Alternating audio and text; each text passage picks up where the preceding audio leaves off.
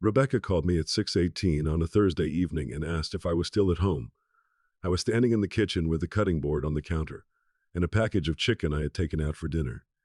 She had left for the Harrison Arts Foundation gala less than an hour earlier, wearing a black dress and the silver earrings I had given her for our 17th anniversary. I told her I was home and asked what she had forgotten. "My laptop," she said. "I left it on the desk in the spare room." Her voice had the clipped, controlled sound she used when something at work was going wrong and she was trying not to let anyone around her hear it. I set the knife down and walked toward the hall. Rebecca was the development director for the Harrison Arts Foundation, and the annual gala was one of the largest events on her calendar. For weeks, I had heard about donor seating, sponsorships, presentation slides, auction items, and Miriam Hale's speech. She had asked me to attend. I had declined, which was normal for us by then. My job inspecting commercial buildings kept me around job sites, project meetings, and repair reports. Rebecca's work revolved around donors, board members, dinners, openings, and fundraisers. I had gone to enough of those events to know I rarely enjoyed them, and I thought Rebecca had stopped taking my absence personally. The laptop was exactly where she said it would be. I asked whether she needed it that night. Rebecca said the final donor slides and Miriam's revised notes were on the machine, but not all of it. When I asked how soon she needed it, she told me to come as quickly as I could, and I said I would bring it. She thanked me. Then someone spoke to her in the background and she ended the call quickly. I put the laptop in its case, changed out of the shirt I had worn to work, and left the chicken in the refrigerator.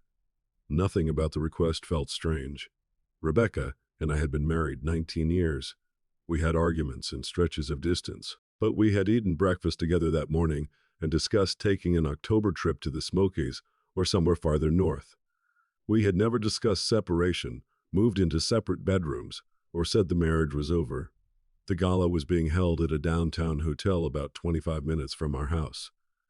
Traffic slowed near the convention district, and by the time I pulled into the garage, Rebecca had not answered 2 messages asking where she wanted me to meet her. I was already inside with guests. The lobby was busy with people in evening clothes moving toward a ballroom on the second floor. Signs for the Harrison Arts Foundation pointed me toward a registration area outside the main doors. I carried the laptop case past a table covered with auction brochures and stopped in front of a row of name badges. A young woman in a navy dress looked up and smiled automatically. Then she recognized me. I knew her face but could not place her name immediately. I had seen her at the foundation office once when I met Rebecca for lunch, and I was fairly sure she had been at a holiday reception the previous year. Her smile changed when she recognized me and said my name. I nodded. She looked toward the ballroom doors, then back at me. "I'm sorry. Adrina, Rebecca's ex-husband, was coming tonight for a second. I thought I had misheard her." "Her what?" The young woman's expression collapsed so quickly that I knew the problem was not my hearing. "I'm sorry," she said again. "I thought I'm Rebecca's husband." She stared at me, and neither of us moved. A couple stepped around me to collect their badges, and the woman behind the table lowered her voice. "I'm really sorry, Caleb." I finally remembered her name. "Jenna, why did you call me her ex-husband?" Jenna Alvarez looked as though she wanted someone else to answer. Before she could, a woman in her late 50s approached from the ballroom entrance. Miriam Hale had been the executive director of the foundation for almost 6 years. I had met her enough times to recognize her easily, and she knew who I was. Miriam greeted me and said she had not realized I was coming. I lifted the case and explained that Rebecca had forgotten her laptop. Miriam looked at Jenna, and something passed between them. I asked, "Why does Jenna think I'm Rebecca's ex-husband?" Jenna immediately said, "I shouldn't have said that." Miriam stayed quiet for a moment. That silence told me more than a quick denial would have. "Miriam," she glanced toward the ballroom, then stepped closer so we were not speaking across the registration table. Miriam said her understanding was that Rebecca and I had separated. "We haven't." Her face tightened, and she apologized. When I asked who had told her, the pause made the answer obvious. "Rebecca, I think this is something you should discuss with her," Miriam said. I looked past her toward the ballroom doors. Through the opening, I could see round tables, waitstaff moving between them, and clusters of guests standing with drinks before dinner. Rebecca was somewhere inside. I had driven downtown because my wife forgot a computer. Now I was standing outside her most important work event of the year, while two people who knew her professionally appeared to believe our marriage had already ended. I asked Miriam one more question. How long have you thought we were separated? She hesitated. A few months. The laptop case suddenly felt heavier in my hand.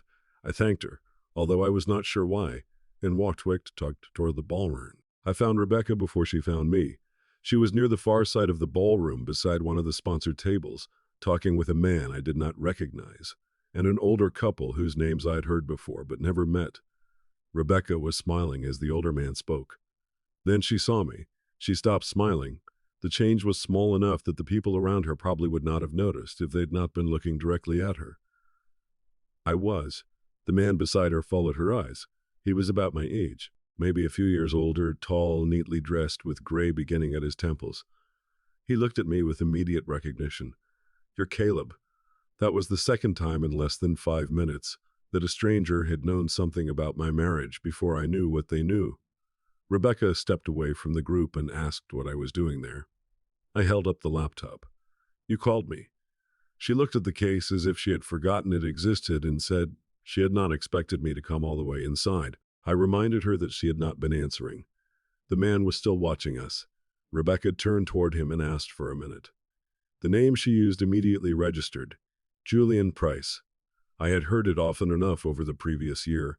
Price Architecture was one of the foundation's corporate sponsors, and Julian had been involved in a capital campaign Rebecca spent months working on. I had never met him. Apparently he had heard plenty about me. I asked how he knew who I was. Rebecca lowered her voice and told me this was not the place, while Julian looked at her with a different expression than he had a moment earlier. I asked him directly how he knew my name. Rebecca quietly asked me to stop, but Julian answered anyway. Rebecca has talked about you. I looked from him to her and asked what, exactly, she had said. The older couple had moved away without anyone asking them to. Another man near the sponsor table suddenly became interested in his phone. Rebecca stepped closer to me. We can talk about this at home. That would be easier if I knew what this is. Julian looked increasingly uncomfortable. Then he said, You said he knew. Rebecca turned toward him so quickly that I almost missed the words. I stayed where I was and asked what I supposedly knew. Neither of them answered, so I looked directly at Julian and asked him to say it plainly. He took a slow breath, that the marriage was over. Rebecca said his name sharply, but he ignored her and explained that she had told him we had already decided to separate and were still sharing the house only because the property and finances were complicated. We never decided that. Julian looked at Rebecca. She said, That's not exactly what I told you. He gave her a look that made it obvious he disagreed. I asked whether Rebecca had told him I knew our marriage was over. Julian answered before she could. Yes. Rebecca reached for my arm, and I moved back before she touched me. She said we needed to leave the conversation for later. We're not separated. Rebecca answered that she knew we still lived together, and it only meant that the marriage had been functionally over for a long time. Not to me. She exhaled through her nose and looked toward the ballroom entrance. This is exactly why I don't want to do this here. I could feel people nearby trying not to listen. I did not want an audience either. That was part of the reason I kept my voice down. I told Julian that Rebecca and I still lived together as husband and wife, shared the same bedroom, and had never agreed to separate. His face changed. Rebecca said my name in warning, but I looked at her and added, I woke up beside you this morning. That ended whatever explanation she had been preparing. Julian stepped back from the table and looked at Rebecca. You told me he knew.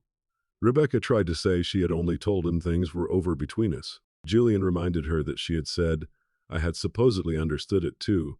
When she suggested they discuss it later, his expression hardened. I think we should. A woman wearing a foundation badge approached Rebecca from behind and told her Miriam needed her near the stage in 5 minutes. Rebecca nodded without looking away from me. I handed her the laptop she had sent me downtown to deliver, and she took it automatically. When she asked whether I was leaving, I told her I was. Caleb, please don't make any decisions tonight. I almost laughed, but nothing about the situation felt funny. I just found out people here think we already made one. Rebecca looked at the floor as I turned toward Julian. There was no point threatening him or asking him to come outside. He knew Rebecca was married, and whatever version she had given him did not erase that. But I had learned enough in the ballroom to know he had not believed he was entering the same marriage I thought I was living in. That could wait. I left the ballroom and walked past the registration table without looking at Jenna. The drive home was quieter than the drive downtown. I went home without calling anyone, opening Rebecca's laptop, going through her desk, or checking the phone bill. Instead, I made coffee I did not really want and sat at the kitchen table. The first thing I needed was not a collection of messages.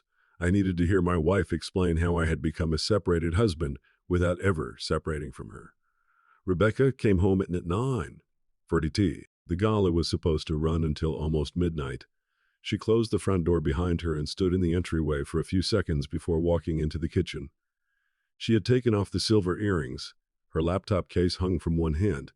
The first thing she said was, "You should not have done that there." I looked at Rebecca across the kitchen table. She was still wearing the black dress from the gala, but the professional version of her evening was gone.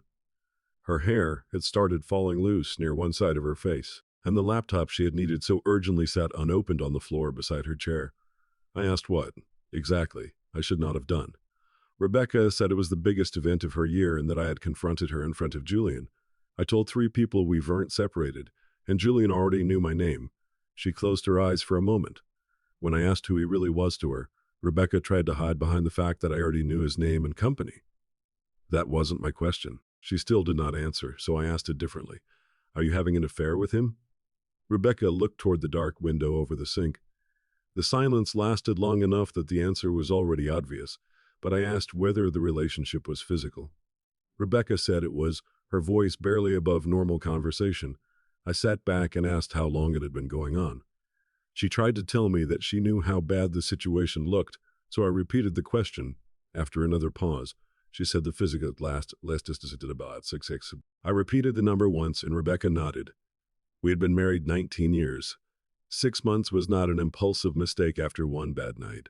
It was enough time to go through birthdays, weekends, ordinary dinners, workdays, laundry, plans, and mornings when she had kissed me goodbye before leaving the house. I asked when it started.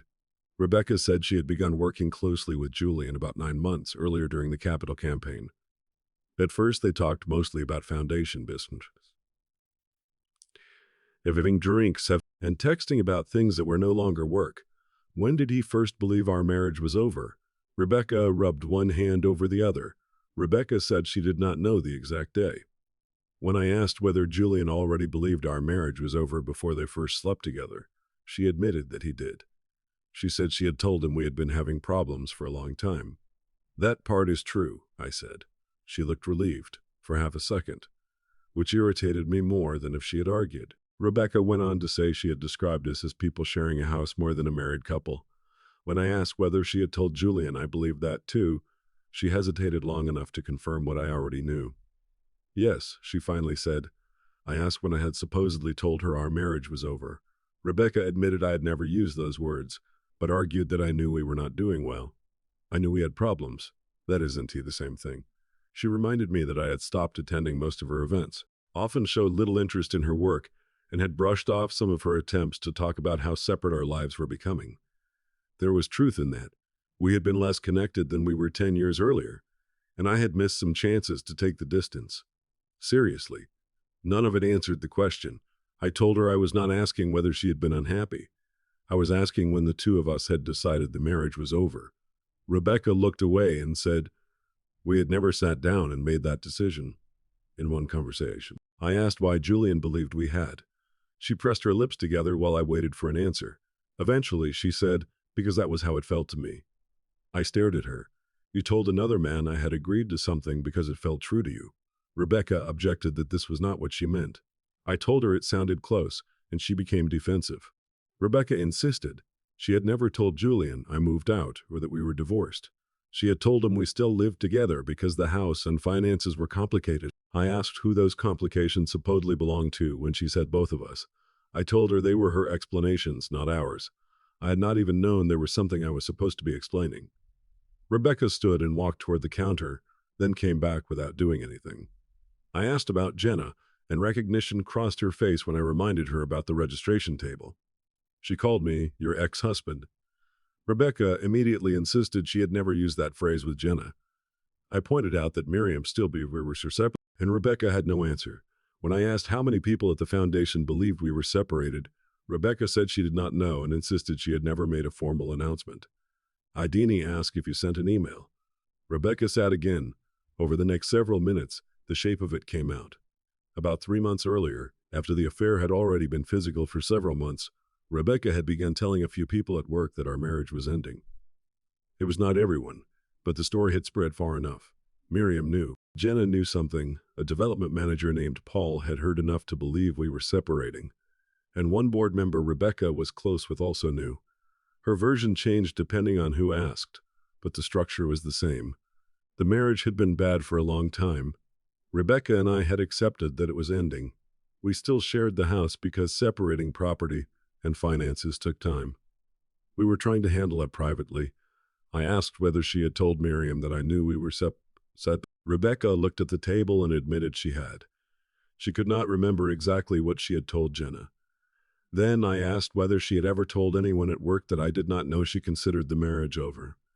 That answer settled something I had not yet been able to name. I had spent 6 months not knowing my wife was sleeping with someone else.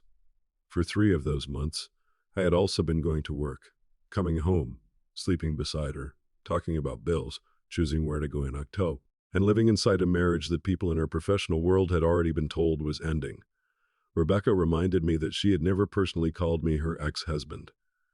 You gave people a story where that was the only direction left. Jenna got there without my help. Rebecca said that was unfair, and that Jenna should never have used the phrase. That is not the part I'm trying to understand. She started crying then, not loudly, and not in a way that stopped the conversation. I asked, "Did Julian think I knew you were sleeping with him?" Rebecca shook her head. Did he think I knew there was someone else? So he thought we had already ended the marriage, and then you started seeing him. Yes. But I thought I was still married to you. She looked down. Yes. I sat there for a while without speaking. The affair hurt in the obvious way. 6 months was enough to make every recent memory unstable, but another part of the night kept bothering me just as much. Julian had believed one marriage existed. Miriam and Jenna had believed some version of it too. Rebecca had been maintaining that version outside our house while I continued living in a different one inside it. I asked her one final question before I ended the conversation for the night. When were you planning to tell me I was already leaving? Rebecca had no answer. I slept in the guest room that night because staying in our bedroom felt impossible after what Rebecca had told me. She did not ask me to come back. By 6 the next morning, we were both awake and moving through the house carefully, as if the ordinary sounds of coffee, cabinet doors, and running water had become louder than they used to be. Rebecca left for work before 7. I spent most of the morning at a retail renovation site, checking repairs around a roof transition that had leaked during spring storms. The work was useful because the decisions had to mean exactly what they said. A repair was complete, or it was no room for 2 people to walk in, believing they had agreed to Brackhams. By late afternoon, the job was done and I had no reason to stay away from the house. Rebecca was already home when I arrived. She had changed out of her work clothes and was sitting at the dining table with a glass of water and her phone face tone beside it. She asked whether we could talk. I put my keys on the counter and sat across from her. I want to understand one thing before anything else, I said. How did we have problems become we already decided to separate? Rebecca looked tired and said she knew how it sounded. I told her that was not what I had asked. Rebecca said her first conversations with Julian had been complaints about how much I worked, how often I skipped foundation events, and how little patience I sometimes had for the politics of her job. We had already covered the fact that some of those complaints were real. Julian listened and began asking what she wanted, and whether she believed our marriage could still become something different. Rebecca had no clear answer, and the came more per persons became more per person. She told him she sometimes felt more alone sitting beside me than when I was not home, and that we had stopped planning things with the excitement we once had. She also described me as someone who preferred a smaller, quieter life while her work was pulling her into a larger social world. Again, some of that was true. I asked when she first told him the marriage was effectively over. Rebecca looked toward the window and said it had been before anything physical happened, probably around 7 months earlier. When I asked what prompted it, she said Julian had wanted to know what she planned to do about the marriage. Rebecca's answer had been that she did not think there was anything left to fix. I sat with that for a moment. I asked whether she believed the marriage was beyond repair when she came home.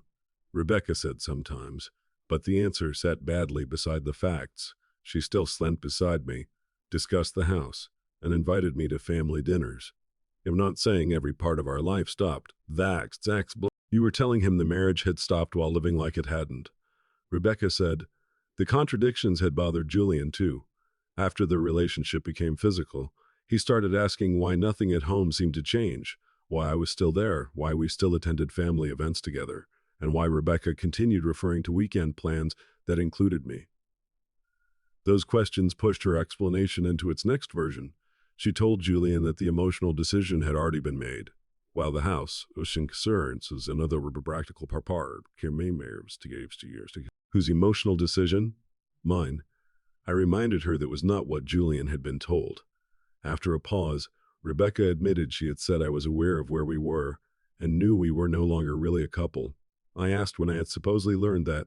Rebecca started to say I knew we were disconnected, but I stopped her. Knowing we were unhappy is not the same as knowing you were telling someone else the marriage was already over. She looked down and said she knew. I asked what happened after that. Julian eventually told her he was tired of feeling like a secret. Rebecca did not want to introduce him publicly as a partner while I still appeared beside her at family events, but she also did not want him believing she had no intention of changing anything. So the story moved again. She began telling a few people at work that we were separating. Rebecca said there had never been a formal announcement. Miriam first asked whether things were all right at home, and Rebecca said we were probably heading toward separation. A few weeks later, she went further and told Miriam we had accepted the marriage was ending and were quietly figuring out the house. Jenna later asked why I no longer attended events, and Rebecca told her we were going through a separation and wanted privacy. Paul overheard part of another conversation and was never corrected. A board member asked whether Rebecca would be financially all right after a split, and Rebecca answered, as though we were already working through it. I reminded her that we had not been working through anything. She said, and the phrase was starting to lose meaning. I asked Rebecca whether she could hear how the story changed. It began with real problems in our marriage and moved to her belief that it was over. After that, Julian was told I knew the marriage was finished. Miriam was told we had accepted the ending, and Jenna was told we were already going through a separation. Each version made the next one easier to say. Rebecca did not argue with the sequence. She only said, I never thought Jenna would call you my ex-husband. That seems to be where your version was going. I did not tell her we were divorced. I know. You keep saying that like it doesn't matter. I told her the word mattered, but it did not solve what she had done. Rebecca crossed her arms. You make it sound like I created an entire fake marriage. You created an ending I was not part of. She looked away. I asked the question that had bothered me since the previous night. What decision did we actually make together? Rebecca was quiet for so long that the refrigerator cycling on behind me became noticeable. Finally, she said, we did. That was the first answer of the evening that did not require another question. I stood up and walked toward the sink. Rebecca asked what I planned to do. I told her I did not know yet and that speaking with a lawyer was possible, but I had no intention of calling people at the foundation to explain our affair. She looked surprised. So I added that refusing to involve her coworkers did not mean I could keep living exactly as I had before the gala. When Rebecca asked what that meant, I told her I needed time to decide how we should live while I figured out whether there was still a marriage to decide about. This time, she did not try to define the answer for both of us. I spent the next 2 days doing ordinary things badly. I went to work, answered emails, approved 2 inspection reports, bought groceries. I barely ate, and slept in the guest room. Rebecca slept in our bedroom. We spoke about practical things, because they still existed whether we wanted them to or not. The water bill was due. A contractor was supposed to look at a cracked section of our driveway the following week. Rebecca needed to know whether I had moved money from one savings account to another, and I had to remind her that our homeowner's insurance renewal was sitting on the desk. Those conversations made the situation stranger. For months, she had described our marriage as something that had paperwork. Now paperwork was one of the few things we could discuss without arguing. On Saturday morning, Rebecca found me in the garage replacing a worn wheel on a rolling tool cabinet. She stood near the open door for a while before asking whether we were going to keep living in separate rooms and barely talking. I stopped turning the wrench. I don't think we should keep living in separate rooms. Rebecca looked hopeful for about half a second. Then I continued, I think we should live in separate places. Her expression changed. You want me to move out? I want us to actually separate for now. Rebecca stared at me and said I was making her lie true. I set the wrench on top of the cabinet. Number him responding to what I learned. She said that was not how it felt, and reminded me I'd not decided about divorce. I haven't, but I found out my wife has been sleeping with someone else for 6 months and telling people for 3 months that our marriage is already over. I cannot go back upstairs tonight and pretend the only thing that changed is where I sleep. Rebecca argued that we could stay in the same house while deciding what came next. It was still our house. Moving would make everything more complicated, and leaving would make people treat the separation as a real decision, which people Rebecca hesitated before admitting she meant the people at work. If she moved out now, some of them might treat it as proof that the separation story had been true all along. Others might notice that this was the first time either of us had actually left the house. Either way, part of her was still measuring our private choices against the story outside the house. I told her, I'm not deciding where we live based on what Miriam thinks happened 3 months ago. Rebecca said she was not asking me to. That is exactly what you just did. She walked out of the garage. I finished tightening the new wheel because leaving the job half done would have irritated me later. When I came back inside, Rebecca was sitting at the dining table. She had been crying. I told her I was not ordering her out. If she wanted to stay, I would find a short-term place myself. Rebecca looked surprised when I said I would leave the house myself if necessary. She reminded me we had lived there 12 years, and I reminded her that both of us had. Then she said everything was happening too fast. I told her I was not deciding the whole marriage in 3 days. I was creating enough distance to decide without waking up beside someone who had spent months telling another man I already knew she was leaving. Rebecca covered her face with both hands. When she lowered them, she said her younger sister, Laura, had a finished basement and had offered it before when Rebecca needed a place during a home renovation. I knew Laura Bennett well enough to know she would take Rebecca in without turning the arrangement into a family tribunal. Rebecca asked whether I wanted her to call. I want you to choose what you want to do. She gave me a tired look. That sounds easy when you say it. I am done choosing for both of us. She called Laura that afternoon. I did not listen to the conversation. Rebecca later told me Laura said she could stay as long as necessary, although both of them agreed a short-term apartment would make more sense if the separation lasted more than a few weeks. Rebecca packed on Sunday, but she did not try to carry everything out because neither of us knew how long the arrangement would last. She packed enough clothes for work, toiletries, her medications, 2 pairs of shoes she wore off of, a laptop bag, and a few personal things from the bathroom and dresser. I helped carry 1 suitcase to her car. Neither of us said anything while I put it in the trunk. Rebecca stood beside the driver's door with her keys in one hand. I never wanted it to happen like this. I believed her. That did not make the sentence comforting. She asked if she could come back during the week for more clothes, and I told her of course. Rebecca reminded me the house still belonged to both of us. Then she asked whether I was going to tell people we had separated that day. I said I had no need to announce it, and Rebecca looked toward the house. For months, people in her life had believed we were already living through this. But that Sunday was the first time she got into her car with the suitcase because our marriage had actually changed. I watched her drive away, then went back inside. The house did not look different. Her coffee mug was still beside the sink. Her mail was on the counter. A jacket she had forgotten still hung by the back door. Now, the word separation finally described something that had actually happened between us. Rebecca called Tuesday afternoon while I was leaving a job site. She asked if I had a few minutes to talk. Her voice sounded different from the previous weekend. Less angry, more controlled. I sat in my truck before starting the engine and asked what had happened. Miriam had spoken with her that morning. Rebecca had also told her that Julian was the person she had been involved with rather than leave Miriam to piece that together from what happened at the gala. The foundation was not taking formal action over her private life, but Julian created a separate problem because Rebecca directly managed his company sponsorship relationship.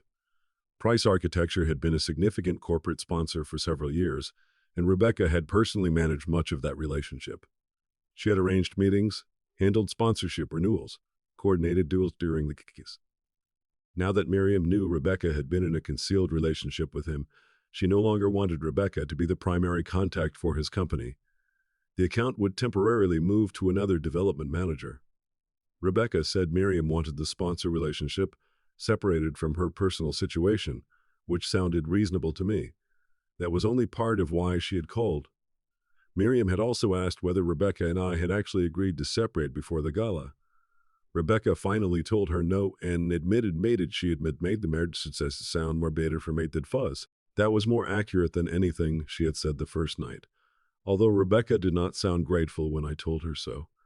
Rebecca said Miriam still believed she had deliberately misled her. Then she asked whether I would speak to Miriam and confirm that our marriage had been strained for a long time. She insisted she was not asking me to say we had really been separated or to lie about Julian. She only wanted context. I asked whether we had discussed separating before the gala, whether I ever said the marriage was over, or whether I had agreed that she could tell people we had accepted an ending. Rebecca admitted the answer to all three was no. Then my call would not change the facts. It would only make the false part easier to swallow. Rebecca said, our marriage really had been in trouble. I agree. You can tell Miriam that. What I want to do is lend my voice to a version where we had already made a decision together. She was quiet for a moment before saying, if you say nothing, everyone is going to think I lied for months. That is not something I can fix for you. Rebecca began crying quietly. She said she had spent 9 years building her reputation at the foundation, working weekends, bringing in major sponsors, expanding the donor base, and earning Miriam's trust. I believed her because I had watched her build that career. Her work had never been fake, which was probably why losing even part of Miriam's confidence hurt so much. I told her I had no intention of spreading details about the affair, or pretend to care for Purpop, or protect, but we had problems and we had agreed to separate were still two different facts. Rebecca said, I made everything sound simple. I'm trying to keep one fact from rewriting another. The call went quiet. I was not sure how much of that had landed. Before we hung up, Rebecca asked whether she could come by Thursday evening for more clothes. I said yes and told her I would be home. Then she said, I guess I have to fix this myself. I almost told her there was nothing to fix. That would not have been true. There were plenty of things left for Rebecca to deal with Miriam's trust, the people who had believed the separation story, whatever remained with Julian, and the practical life we had just pulled apart. What had changed was that none of those problems automatically belonged to me. I think you do, I said. Then I ended the call and drove home. Rebecca came back to the house Thursday evening for more clothes. I had moved the things Rebecca left in the bathroom into one cabinet but had not packed anything for her. The house was still jointly ours, and I had no interest in turning temporary separation into a symbolic eviction. She arrived a little after 7 with 2 garment bags and a storage bin.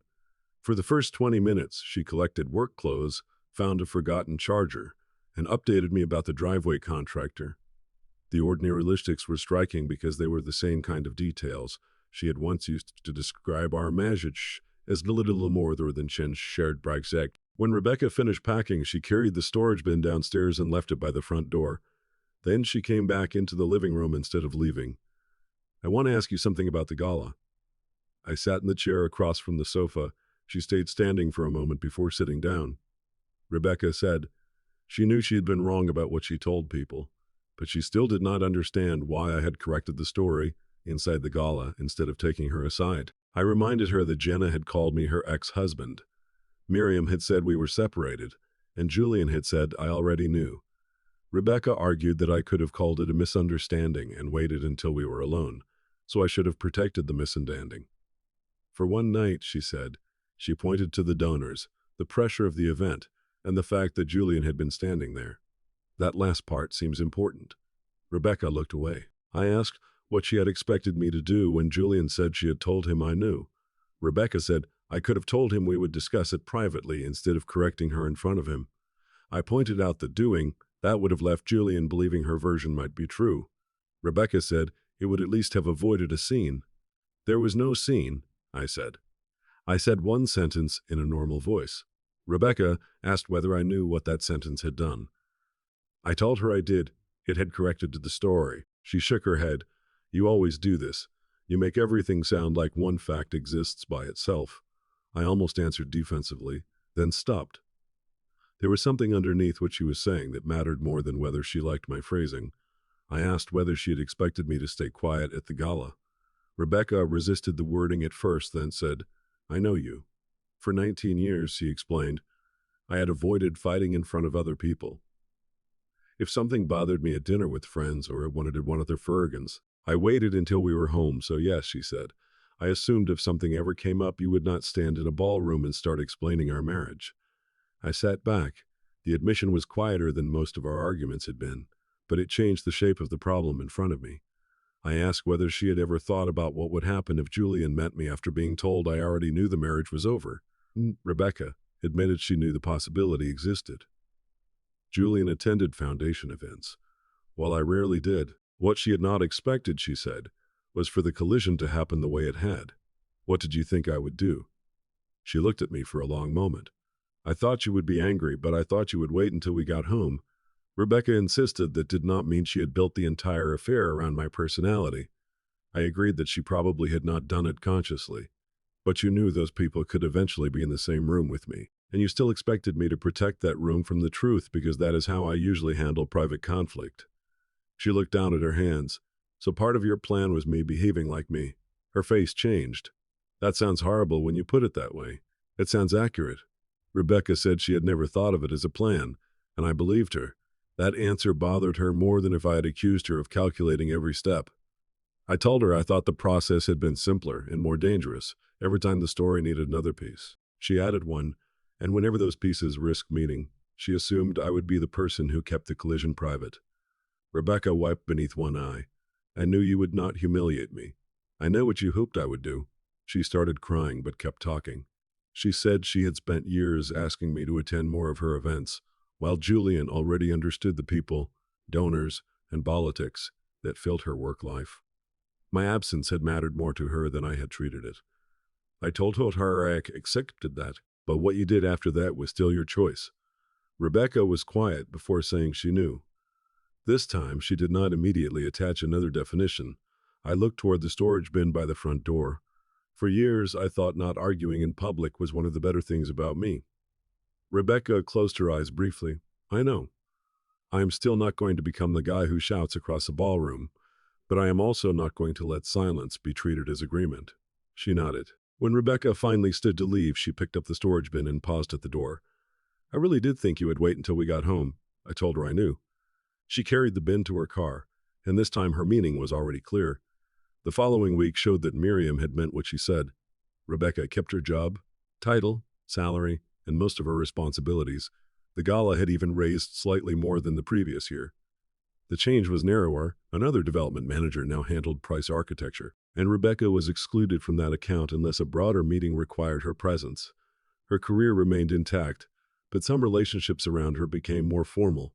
Rebecca told me Jenna had apologized twice for calling me her ex-husband and then stopped talking about anything personal around her. Paul, the development manager who had heard part of the separation story, became noticeably more formal. A board member Rebecca had once confided and told her she did not want to be placed in the middle of private matters. Again, none of those reactions destroyed Rebecca's career. They did make one thing clear. People who had trusted her version now knew they had been given information that was not true. I was dealing with a different version of the same consequence. Mark Delaney called me on a Wednesday night. Mark had known both of us for almost 15 years. He and his wife had been at our house for cookouts, birthdays, football games, and enough ordinary weekends that neither Rebecca nor I thought of them as belonging to the othering to the once belonging the other. Mark said he had heard Rebecca and I separated. When I told him it had happened only that Sunday, he went quiet because he had heard the separation had been underway for months. That is what some people were told. He carefully asked whether someone else was involved. I told him Rebecca had been seeing Julian for about 6 months, and then gave him the short version. She had told him our marriage was already ending. She had also allowed people at the foundation to believe we were already separated. Until the gala. I had known none of that. Mark listened without interrupting. Then Mark said something I was glad he said. "I knew you two had been off for a while, more than normal." I leaned against the kitchen counter and admitted. I had known it too. He reminded me of a dinner at his house the previous winter, when Rebecca spent half the evening talking with his wife while I watched a game in the basement with Mark and two other friends. He remembered Rebecca making a joke that she could disappear into another room for 3 hours, and I would not notice. I remembered it too. At the time, everyone had laughed. Mark said there had been other moments when Rebecca seemed tired of trying to get me interested in things that mattered to her. He did not use those observations to excuse the affair. He said that directly, but he also did not pretend the marriage had looked perfect from the outside. I appreciated that more than automatic loyalty. I should have taken some of that more seriously, I said. Probably. There was no comfort in the answer, but there was no blame either. Mark asked what I planned to do and whether I wanted to save the marriage. I told him I did not know yet on either question. He told me if I needed a place to stay, help moving anything, or simply someone to eat dinner with, I could call. I thanked him before we ended the call. Mark asked whether Rebecca had actually believed I knew we were separated. I told him she had known.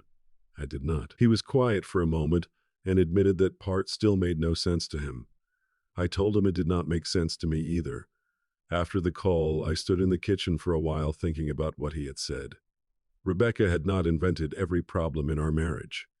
There had been distance. I had let some of the distance grow because our life still functioned. We paid the bills, maintained the house, ate together, shared a bedroom, and made plans far enough ahead that I treated the existence of a future as evidence that the marriage itself was secure. That assumption had been lazy, but it was not consent to an ending. 2 days later, Rebecca came by after work to pick up Mel. She looked tired. I asked how things were going at the foundation. Rebecca called it fine, only in the narrow sense that she still had her job. Everyone now knew something had happened, and Julian barely contacted her. When I did not react to that last detail, she asked why I was not more interested in what he was saying. She told me that in my position she would want to know whether the other person was still involved. I told her that 6 months of involvement did not become more or less real, depending on whether Julian sent 3 messages that day or none. Rebecca folded one piece of mail in half without noticing, and said Julian needed space. When I remarked that the idea sounded familiar, she looked at me sharply, although I had not meant it as a joke. She flattened the envelope and said he kept asking what I had known. Rebecca told me she was finally giving him the truth. I had known nothing about the affair or any supposed separation. When she asked what I would think if Julian ended the relationship, I told her his choice belonged to him. What mattered to me was what had happened inside my marriage, and Julian did not need to choose anything before I could decide what I thought. Rebecca looked down at the mail. For months, Julian had been part of the future she was creating outside our house. Now that future was becoming uncertain. I could see that uncertainty bothered her. What surprised her was that it no longer gave her control over mine. Julian contacted me the following Monday. He sent a message through LinkedIn because he did not have my phone number. The note was short. He said he knew I had no reason to speak with him, but he wanted to confirm a few facts directly before making a decision about Rebecca. I read the message back again. Then I left it unanswered until after work. Part of me wanted nothing to do with him. Another part was tired of allowing my marriage to move through other people's versions. I gave him a number and told him he could call after 7. He called at 7:06. There was no long apology. Julian said he knew sleeping with a married woman was his responsibility, and he was not calling to pretend Rebecca's explanations made him innocent. That was a better beginning than I expected. I told him I was not interested in deciding how guilty he should feel. What do you need to know? He asked whether Rebecca and I had ever agreed to separate, discuss divorce, or decided that one of us would move out after the house or finances were sorted. The answer to all 3 questions was no. Julian was quiet. Then he asked whether Rebecca and I had still been sharing a bedroom. I told him we had. His next question was whether we had still been physically involved. I hesitated, and Julian said I did not have to answer. I knew that, but I answered yes anyway. He exhaled. Rebecca had never told him that, which was what I had assumed. Julian then asked whether I had known she described the marriage as functionally over, whether I had known about him, or whether she had ever told me she had feelings for someone else. The answer to all 3 questions was no. The questions were not complicated. That was what made them damaging. After a while, Julian said Rebecca had always told him the separation was emotionally complete, but practically delayed. According to her version, I was private, did not want friends involved, and preferred avoiding the disruption of moving until the house situation was settled. She had told him that both of us accepted the arrangement even if it looked unusual from the outside. I told him none of that had ever been discussed with me. Julian admitted he should have asked harder questions. He knew Rebecca was legally married, but he had accepted the distinction between a legal marriage and an active one because it made the relationship easier to justify. After the gala, Rebecca told him my decision to separate finally made the situation clear. Julian saw the opposite. The separation had begun only after I discovered the affair, which changed the meaning of everything she had told him before. He said he had spent several days asking himself whether he would have entered the relationship if he had known I still believed I was in a normal marriage. When I asked what went would it reached, Julian said he wanted to believe he would have stayed away, but he could not prove a different version of himself after the fact. The only thing he could say with certainty was that the full truth would have made the affair much harder to justify. I told him that was at least honest. Julian said there was one more thing. Rebecca had asked whether they could continue seeing each other now that she and I were actually separated. He told her he wanted to stop. I felt less satisfaction than I expected, maybe because I had already stopped measuring the situation by whether she got to keep him. "Why are you telling me?" Julian said he was telling me because Rebecca might claim he had ended things only because of what I said at the gala. When I asked whether that was part of the reason, he admitted it was, "What you said forced me to understand that I had been participating in something different from what I told myself it was." That sounds closer. He accepted the correction. Before we ended the call, Julian apologized for the part he could actually own. He had known Rebecca was married and accepted a story that let him avoid asking harder questions. I told him I heard him, and we ended the call there. Rebecca called the next evening and went directly to the point. Julian had ended the relationship. I told her I already knew because he had called me. The news that we had spoken clearly hurt her. She asked what I had told him, and I said I had answered his questions truthfully. Julian wanted to know whether we had ever agreed to separate, whether divorce had been discussed, and whether I had known about him. Rebecca admitted she had not expected me to answer differently, even though her tone made it clear she was unhappy that the conversation had happened at all. After a moment, Rebecca said Julian ending the relationship removed at least one obstacle between us. When I asked what she meant, she said there was no longer another person in the middle, and maybe we could finally talk about whether the marriage cell could be repaired. I leaned against the kitchen counter and said, "Julian ending the affair solves Julian. It does not solve us," Rebecca said. She understood what I meant, even if she did not agree with how separate I was treating the two problems. Rebecca pointed out that she had told Miriam the truth, moved out, ended up without Julian, and scheduled counseling for herself.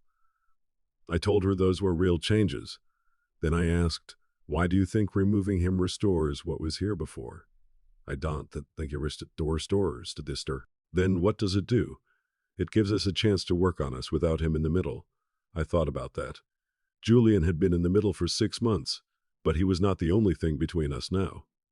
There was also the version of our marriage Rebecca had given him, the version she had given Miriam, the version Jenna had absorbed strongly enough to call me the ex-husband. And there was Rebecca's admission that if all those versions ever collided, she had expected me to keep the collision quiet.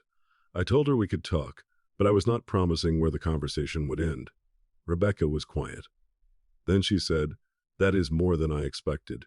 I did not tell her whether that was good or bad. The next conversation we needed was not about Julian. It was about how a marriage I was still living had become something Rebecca felt entitled to finish on my behalf.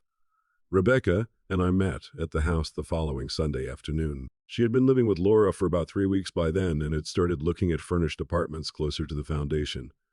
She had also gone to 2 individual counseling appointments, although she did not present that as evidence that anything between us had been repaired. That made the conversation easier. Since the gala, this was the first conversation Rebecca began without arguing about what a word meant. She sat at the dining table with both hands around a mug of coffee and said she had spent most of the week thinking about the questions I asked her before she left that. Where had I been in any of the decisions she had been describing as ours? I let her answer in her own time. Rebecca said the first change had been smaller than she wanted to admit. When she and Julian began talking outside work, she told herself she was finally speaking honestly about how unhappy she had become, not starting another relationship. At that stage, she still came home expecting our marriage to continue. The shift came when Julian asked what she wanted, and Rebecca began answering a question she had not actually answered. Instead of saying she did not know, she told him she thought the marriage was already too damaged to repair. I asked why, because I wanted the conversation with him to keep going. The answer was uncomfortable enough that I believed it. Rebecca said if she had told Julian the full truth, that she was unhappy but still fully living as my wife, he might have stepped back before anything physical happened. She did not want him to step back, so she gave him a version that allowed both of them to believe they were not creating the end of a marriage. They were supposedly arriving after the ending had already happened. When I asked whether she had believed that version herself, Rebecca said she sometimes had. I told her that was not much of an answer, and she acknowledged it before taking a drink of coffee. Rebecca said, there were days when she came home angry with me, and the story felt true. Then, we would have a normal dinner, talk about a trip, or laugh about touch. And the certainty disappeared again. When I asked what she did with that contradiction, she said she eventually stopped treating it like one. Once Rebecca had told Julian the marriage was effectively over. Every normal part of our life received an explanation that preserved that claim. The house explained why we lived together, habit explained future plans, and my failure to act like a man whose marriage had ended became evidence that I was private and resistant to disruption. Nothing was allowed to count as evidence that Julian had been given the wrong story. That was when I asked about the moment she told him I knew. Rebecca looked down. She said Julian had asked directly. He wanted to know whether I knew the marriage was over or whether Rebecca was planning to tell me later. She had hesitated before telling him I knew. I asked why, because if I said no, then he would have had to face what we were actually doing. I did not respond. Rebecca continued, if Julian knew I still believed I was in a normal marriage, then he was not waiting beside a woman whose separation was delayed by paperwork. He was having an affair with a woman who still went home to a husband who had never been told the marriage was ending. Rebecca said, I made your knowledge part of the story because without it the story stopped working. It was the first description of the lie she gave me without trying to reduce its importance. When I asked how Miriam and Jenna became part of it, Rebecca said Julian had grown tired of being hidden. Letting a few coworkers believe the separation was already underway made him feel less like a secret and made her own version easier to maintain. By the time Jenna heard about it, Rebecca had used the word separation often enough that no one had reason to think it described a decision only Rebecca had made. I asked when she noticed people had started treating me like I was already gone. Rebecca said the signs had been small. People stopped asking why I missed events. No one expected me at the next fundraise, and Miriam stopped including my name on informal dinner invitations. I pointed out that she had never corrected the assumption. Rebecca admitted that was true. It had felt strange at first, but eventually it made everything easier. She began crying as she said it. I did not tell her it sounded worse than it was. She said the work version and the home version had begun reinforcing each other. Colleagues treated her like a woman leaving a marriage, while every frustration at home became proof that they were right. Good evenings were dismissed as habit. Bad ones became megavans. I asked what she had thought when Jenna called me her ex-husband. Rebecca said her first reaction was that Jenna had gone too far, and the second, Rebecca wiped her face, that I had given her everything she needed to get there. Neither of us spoke for a while. Then Rebecca said, I kept turning what I wanted to be true into something I said we had already decided. The sentence did not sound rehearsed. Then I asked the question I had been waiting to ask since the gala. Where was I in any of those decisions? Rebecca looked at me and said I had not been there. For once, the answer came without a defense about how unhappy she had been, a reminder that I skipped events, or another argument about whether we had been emotionally separated. The marriage Rebecca announced to Julian and her cohorts had included my name, my house, my finances, my personality, and even the way I supposedly handled conflict. It had included almost everything about me except my actual decide. I did not after. Rebecca left after we finished talking, and I spent the next several days going to work, eating alone and trying to separate two questions that had become tangled together. I thought Rebecca was beginning to understand what she had done. The harder question was whether I still wanted the marriage after she understood it. Mark asked me to dinner on Wednesday, and I went. We talked about work, a baseball game he wanted to see, and the fact that his oldest daughter was thinking about changing colleges. Rebecca came up only once. When Mark asked whether I was doing all right living alone, I told him I was adjusting. On the drive home, I noticed I had gone almost 2 hours without thinking about what explanation Rebecca had given someone else. That did not feel like victory. It felt like space. The next morning, I called an attorney and scheduled a consultation for Friday. I told Rebecca before the appointment. She did not accuse me of making a decision behind her back. She only asked was what she wanted her to do the same. The attorney walked me through the ordinary consequences of ending a 19-year marriage: the house, savings, retirement accounts, insurance, and the cost of maintaining two separate lives. Rebecca Safara did not make those practical questions disappear. I was not looking for a way to turn betrayal into a financial weapon. I wanted to know what leaving would actually require. When the Friday meeting ended, I drove back to work. The next morning, I asked Rebecca to come to the house. She had found a furnished apartment and planned to move there the following week. She sat in the living room instead of the dining room. I told her I had decided to end the marriage. Rebecca closed her eyes. She did not ask whether Julian had influenced me. She did not say I was moving too quickly. After a few seconds, she asked, "Is there anything I can say that changes it?" "I don't think so." She started crying quietly. I waited until she was able to speak. Rebecca said she knew the affair might be enough by itself, but she also knew it was not the only reason. I agreed and told her the 6-month affair was one part of what I could not get past. The second was that she had not merely lied to Julian about whether our marriage was healthy. She had made me a participant in the lie. She told Julian I knew, told people at work, we had accepted an ending, and used my privacy and dislike of public conflict as evidence that I would cooperate with Cassette. I did not exist. Rebecca listened without interrupting while I told her I believed she had been unhappy, and that I should have taken parts of that more seriously. I had skipped too many things that mattered to her and sometimes treated her complaints like temporary work stress because that was easier than admitting she was telling me something about us. She wiped her face before I continued. I told her those were failures inside our actual marriage. Counseling, a demand that I show up differently, or even a direct warning that she was thinking about leaving, would have forced a respect to reality. What I cannot get past, I said, is that you made the decision outside the marriage first, and then came home every night without telling me it existed. Rebecca said she knew. Her admitting it now mattered because it showed me she was beginning to understand what happened, but it did not restore the trust I would need to stay. I believed she could change. What I did not want was to spend the next 10 or 20 years testing whether the next period of unhappiness would be brought to me before it was turned into another decision somewhere else. Rebecca asked, so I get no chance to prove I wouldn't do it again. The question hurt because I could see why she asked it. I told her real change would take time, but I could not stay married, so that my future became the test of whether she had changed. She cried harder then. I moved to the chair closer to her, but I did not touch her. After several minutes, she said, I thought if Julian was gone, and I finally admitted everything, maybe there would still be something left to save. There is a lot left, I told her. 19 years does not disappear because I am ending the marriage. Most of it was real. She covered her mouth with one hand while I continued carefully. That is part of why I cannot turn the last year into the definition of everything we were. But I also cannot use the first 18 years to pretend the last one did not change what I trust. Rebecca nodded.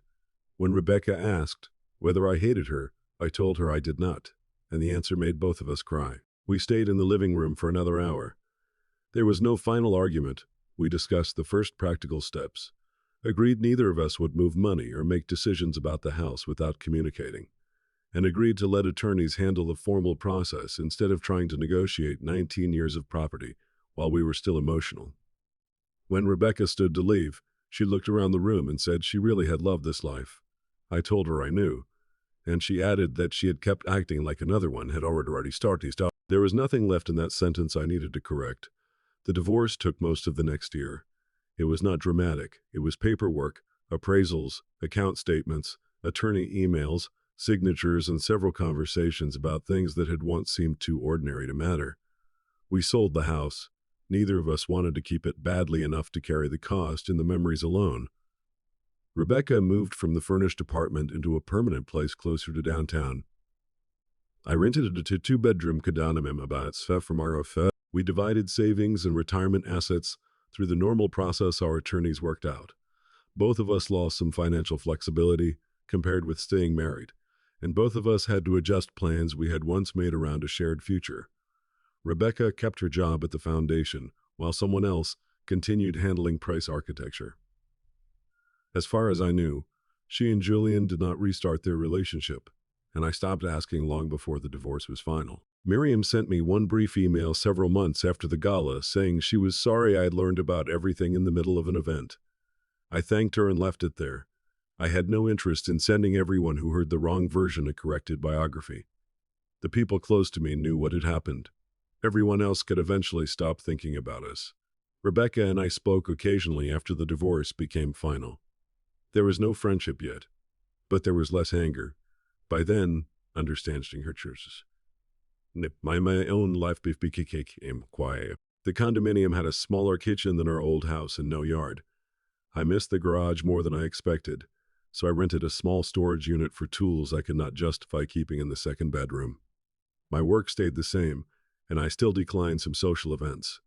At the same time, I started saying yes to a few things I might once have dismissed automatically. The divorce did not make Rebecca right about the affair, but it did leave me more willing to notice when routine had made my own life smaller than I wanted. About 4 months after the divorce became final, my company held its annual dinner at a hotel near downtown. I had attended before, although usually I stayed for the meal, talked to the same few people, and left early. This year, I arrived on time. A registration table stood outside the ballroom. A woman from our administrative staff smiled when I gave her my company name. "We ran out of printed cards," she said. "Just write your name and company." She slid a blank name card in a blah blocker toward me. For a second, I thought about another registration table in another hotel. A woman who barely knew me had looked up and called me the ex-husband because that was the person Rebecca's story had created. The memory no longer felt like a public humiliation. It felt like the first place two different realities had finally been forced into the same room. I picked up the marker. On the first line, I wrote Caleb Morgan. Under it, I wrote the name of my firm. That was all the card needed. Inside the ballroom, one of my coworkers waved me toward a table near the front. I walked over, found the empty place beside him, and put my name card on the table. Then I pulled out the chair and sat down. If you enjoy stories where betrayal finally meets consequences, subscribe for the next one. This is Blood Never Lies.